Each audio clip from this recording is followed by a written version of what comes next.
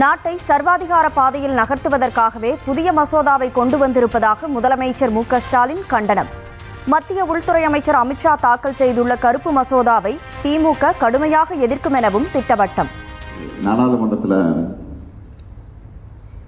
நாட்டை சர்வாதிகாரத்தை நோக்கி நகர்த்த புலனாய்வு அமைப்புகளை வச்சு தங்களுக்கு எதிரானவர்களை பதவி நீக்கம் செய்ய ஒரு கருப்பு சட்டத்தை கொண்டு வந்திருக்கிறார். இந்த கருப்பு சட்டத்தையும் எதிர்ப்போம்.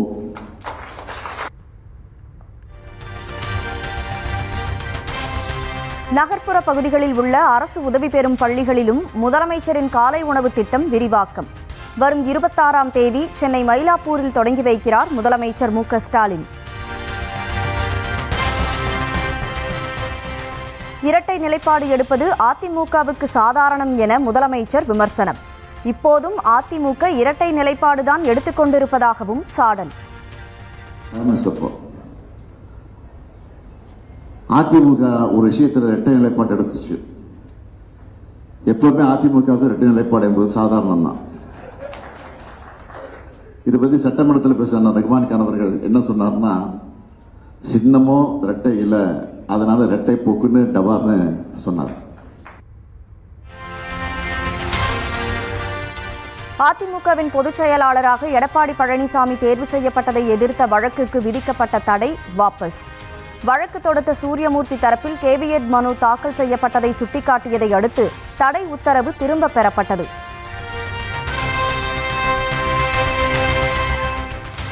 மதுரையில் லட்சக்கணக்கான தொண்டர்களின் ஆர்ப்பரிப்புடன் நடைபெற்ற தாவேக மாநாடு.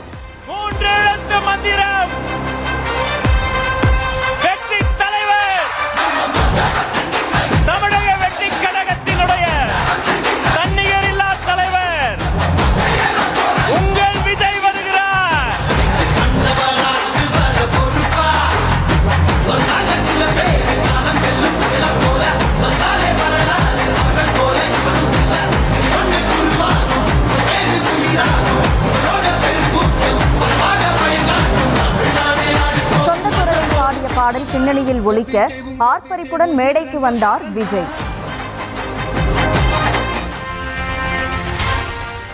முதல் முறையாக தனது தாய் தந்தையை மேடையேற்றிய தாவேக தலைவர் விஜய் மேடைக்கு வந்ததும் தாய் மற்றும் தந்தையை கட்டி அணைத்து கொஞ்சி மகிழ்ச்சி.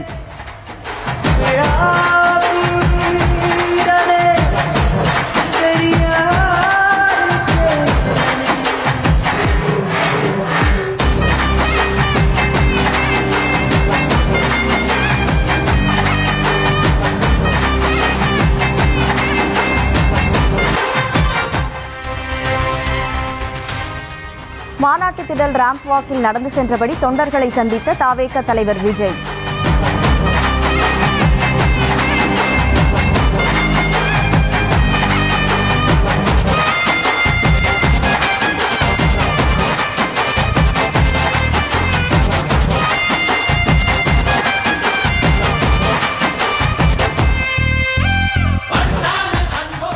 தொண்டர்கள் வீசிய கட்சி துண்டுகளை தோளில் போட்டுக்கொண்டும் தலையில் கட்டிக்கொண்டும் உற்சாகம்.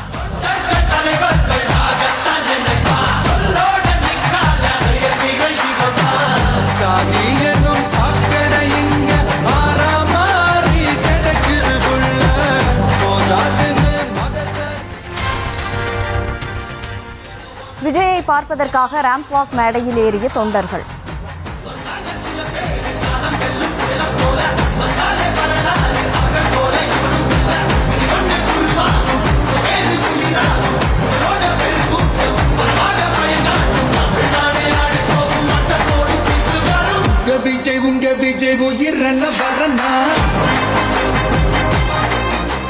விஜயை நெருங்க விடாமல் தொண்டர்களை தூக்கி கீழே இறக்கிய வீரர்கள்.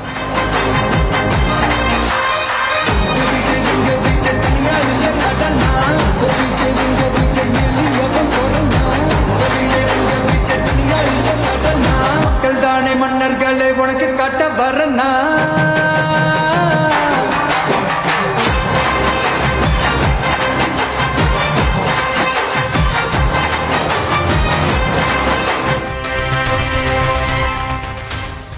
புரட்சித் தலைவரை போன்ற குணத்தை கொண்டவர் விஜயகாந்த் என விஜய் நெகிழ்ச்சி.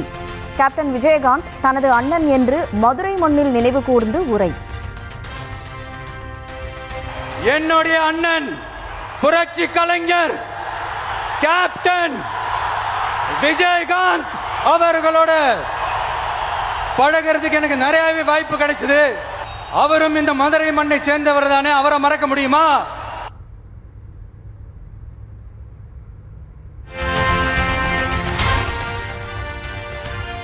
தாவேகாவின் பக்கம் மக்கள் சக்தி இருக்கும்போது அடிமை கூட்டணியில் சேர வேண்டிய அவசியம் தாவேகாவிற்கு எதற்கு என விஜய் கேள்வி. ஒரு பக்கம் RSS இடம் அடிபணிந்து கிடப்பது, மறுபக்கம் மதச்சார்பற்ற கூட்டணி என மக்களை ஏமாற்றும் கூட்டணியாக தாவேகா இருக்காது என உறுதி. நம்மளோட திரண்டு நிக்கிறப்போ இந்த அடிமை கூட்டணியில சேர வேண்டிய அவசியம் நமக்கு எதுக்குங்க? இந்த ஒரு பக்கம் RSS கிட்ட அடிபணிஞ்சுக்கிட்டு, இன்னொரு பக்கம் மதச்சார்பற்ற கூட்டணின்னு இந்த மக்களை ஏமாத்துற கூட்டணியெல்லாம் நம்ம கூட்டணி இருக்காது.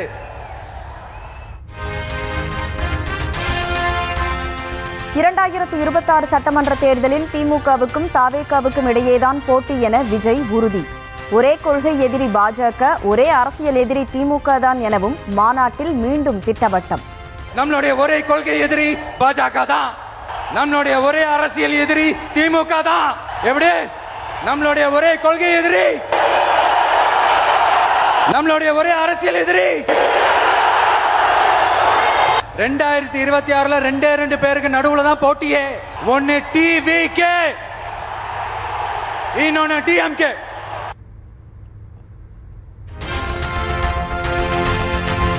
பாசிச பாஜகவுக்கும் பாய்சன் திமுகவுக்கும் எதிராக சாட்டையை சுழற்றலாமா என விஜய் ஆவேசம். மேடையில் இருந்தபடி எம்ஜிஆரின் பாடலை பாடி தொண்டர்களை உற்சாகப்படுத்திய விஜய். எதிர்காலம் வரும், என் கடமை வரும், இந்த கூட்டத்தின் ஆட்டத்தை ஒழிப்பேன். மக்கள் அரசியல் என்ற அந்த சவுக்க கையில் எடுக்கலாமா? யாருக்கு எதிரான தானே கேட்கிறீங்க? வேற யாரு? மறைமுக உறவுக்காரர்களான பாசிச பாஜகவும் பாய்சன் திமுகவும் தான்.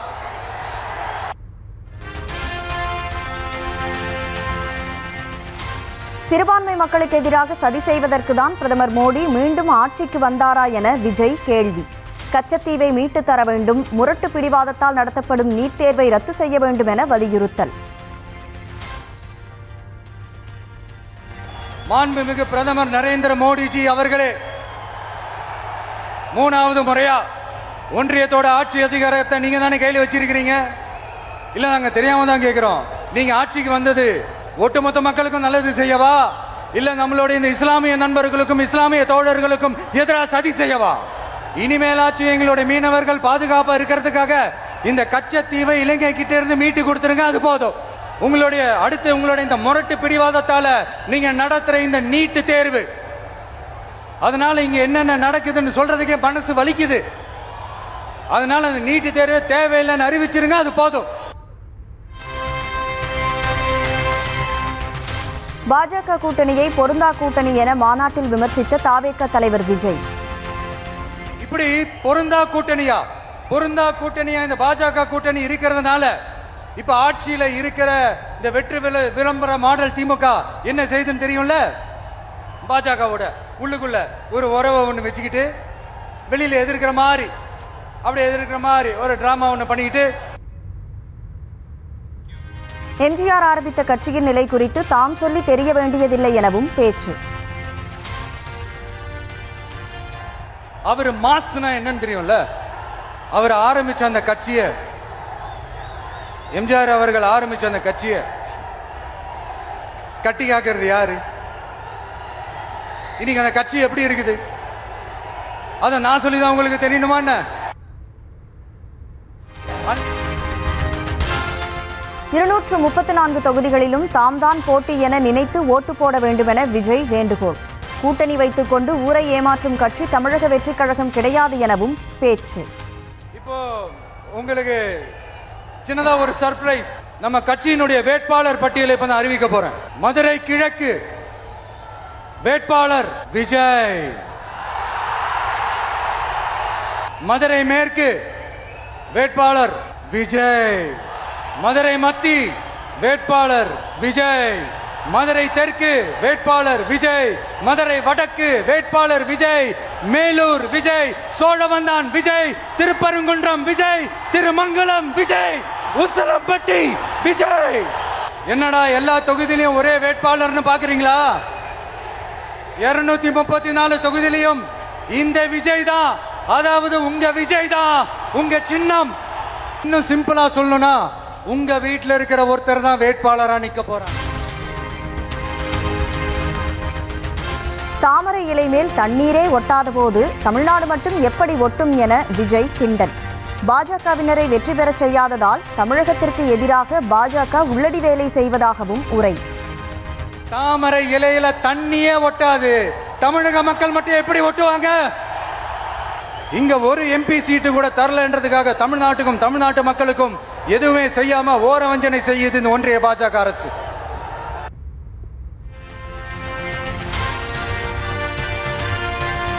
அதிமுக பாஜக கூட்டணி பொருந்தா கூட்டணி என்று தெரிந்து கொண்டு பாஜகவுடன் திமுக கள்ள உறவு.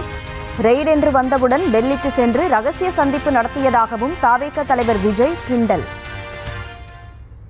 இப்ப ஆட்சியில இருக்கிற இந்த வெற்றி விளம்பர மாடல் திமுக என்ன செய்துன்னு தெரியும்ல? பாஜகவோட உள்ளுக்குள்ள ஒரு உறவை ஒன்று வச்சுக்கிட்டு வெளியில எதிர்க்கிற மாதிரி, அப்படி எதிர்க்கிற மாதிரி ஒரு டிராமா ஒன்று பண்ணிக்கிட்டு, எதிர்கட்சியா இருந்தா போங்க மோடின்னு பலூன் விடுறது, ஆளுங்கட்சியா இருந்தா வாங்க மோடின்னு கொடை பிடிச்சுக்கிட்டு கும்பிடு போடுறது. இது மட்டுமா? ஒரு ரைடுன்னு ஒன்று வந்துட்டா போதும், இது வரைக்கும் போகவே போகாத ஒரு மீட்டிங், அதை காரணம் காட்டி டெல்லிக்கு போறது, அங்க ஒரு சீக்ரெட் மீட்டிங் நடத்துறது. நல்லா நோட் பண்ணணும் மக்களே, அந்த மீட்டிங் அப்புறம் இந்த இஷ்யூ அப்படியே காணாம போயிருக்குமே. அதேதான் Stalin uncle, what uncle is very wrong uncle.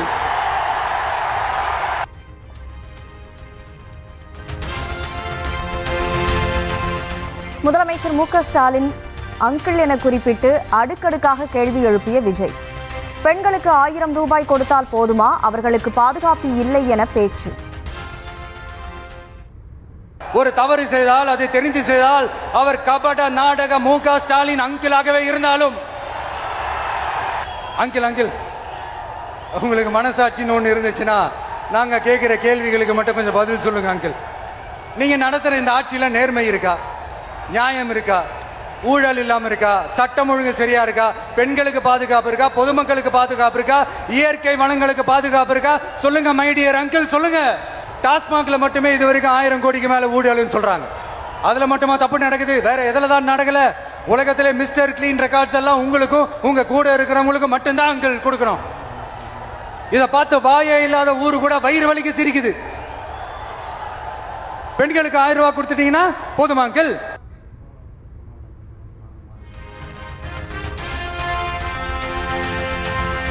திமுக கொடுத்த வாக்குறுதிகளை நிறைவேற்றவில்லை என தாவேக தலைவர் விஜய் குற்றச்சாட்டு. சொன்னதை செய்தார்களா என விஜய் கேட்டபோது இல்லை என முழங்கிய தொண்டர்கள். இப்ப ஆட்சியில இருக்கிற நம்மளுடைய அங்கிள் பதில் சொல்றது இருக்கட்டும். மக்களை நீங்க சொல்லுங்க, நீங்க உண்மையை சொல்லுங்க. செய்வோம்னு சொன்னாங்களே, சொன்னதெல்லாம் செஞ்சாங்களா? உங்களை தான் கேட்கிறேன், சொன்னதெல்லாம் செஞ்சாங்களா? சத்தமா மை டியர் அங்கிள், கேக்குதா? மக்களோட சத்தம் கேக்குதா?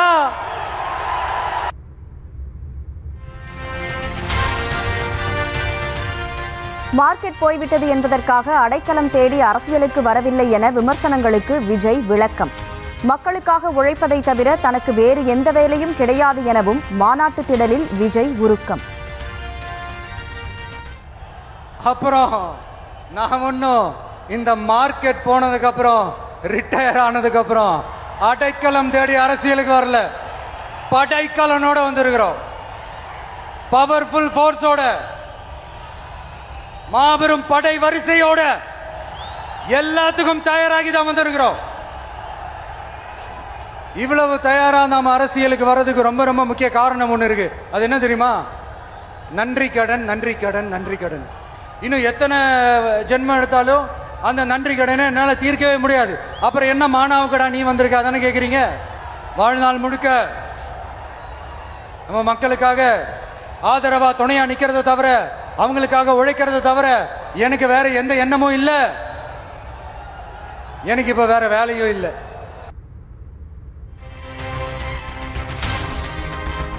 விஜய் ரேம்ப் வாக் முடித்தவுடன் கூட்டம் கூட்டமாக வெளியேறத் தொடங்கிய ரசிகர்கள். கொத்து கொத்தாக புறப்பட்டதால் ஆங்காங்கே காலியான மாநாட்டு திடல். புதிதாக கட்சி தொடங்குபவர்கள் அதிமுக தலைவர்கள் பெயரை சொல்லித்தான் கட்சி தொடங்க முடியும். யார் வந்தாலும் எந்த கொம்பனாலும் அதிமுகவை தொட்டுக்கூட பார்க்க முடியாது என விஜய்க்கு இபிஎஸ் பதிலடி. யாரெல்லாம் புதிய கட்சி தொடங்கினார்களோ அவெல்லாம் நம்முடைய தலைவர்களை போட்டுத்தான் தொடங்க முடியும்.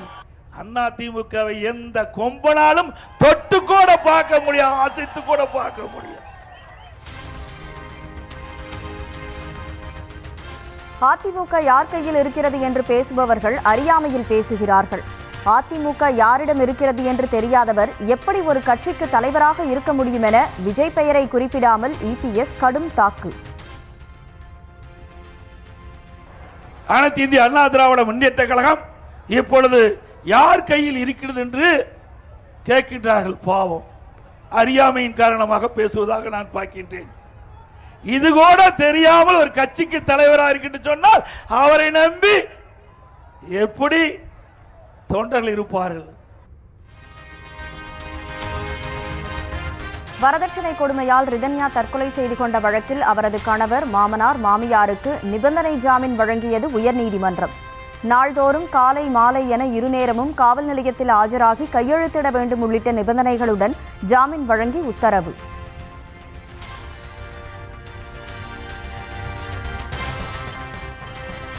சென்னையில் ஆபரண தங்கத்தின் விலை சவரனுக்கு 400 ரூபாய் உயர்வு. ஒரு சவரன் 73,840 ரூபாய்க்கு விற்பனை.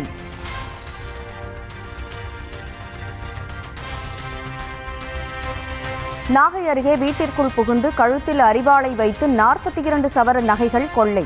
கொள்ளை சம்பவம் நடைபெற்ற வீட்டில் மாவட்ட காவல் கண்காணிப்பாளர் நேரில் ஆய்வு.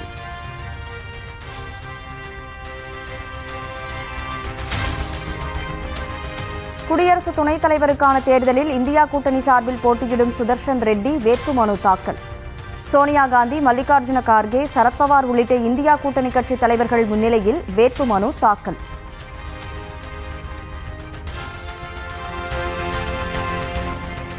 எரின் புயல் நெருங்குவதால் அமெரிக்காவின் பக்ஸ்டன் நகரில் கடல் சீற்றம். பல மீட்டர் உயரத்திற்கு எழும் அலைகள், சாலைகள் வரை சீறி வரும் காட்சி.